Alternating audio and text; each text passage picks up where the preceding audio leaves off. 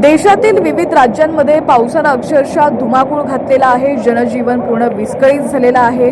लोकांना अक्षरशः उघड्यावरती राहावं लागतंय अशी सुद्धा भयानक परिस्थिती काही राज्यांमध्ये उद्भवलेली आहे।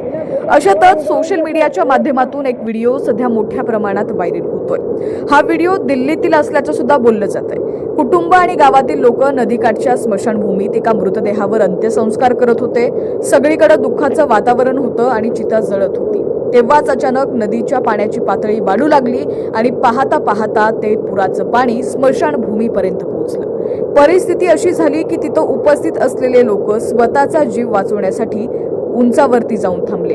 काही मिनिटातच खवळलेल्या लाटांनी त्या पाण्याने जळती चिता आपल्यासोबत वाहून नेली।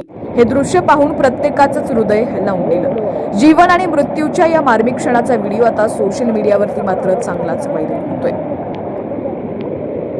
अनेक जण याला निसर्गाचा खेळ सांगतायत, तर काही जणांचं म्हणणं आहे की ही दिवंगत आत्म्यानं खूप पुण्य केलं असावं, म्हणूनच यमुनामाई त्यांना आपल्यासोबत वाहून नेली।